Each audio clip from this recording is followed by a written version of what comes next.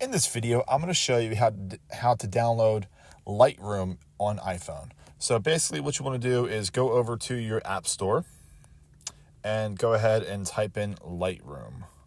What this is part of is the Adobe softwares. So what you want to do is go ahead and click the first result.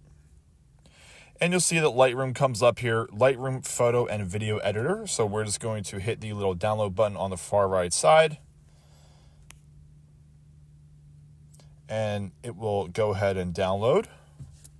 Once it's done downloading, you'll see it here to say open, or you can go ahead and find it on your iPhone. We're just going to click open and it loads up. We're just going to skip these introductory things. And then it'll ask you to make an account or to sign in with one of your emails or your Facebook or Apple.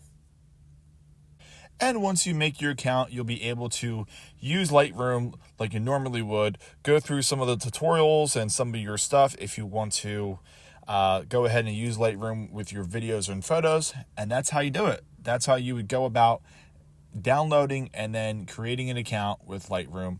And there you go. Hope you guys liked the video, and we'll see you next time.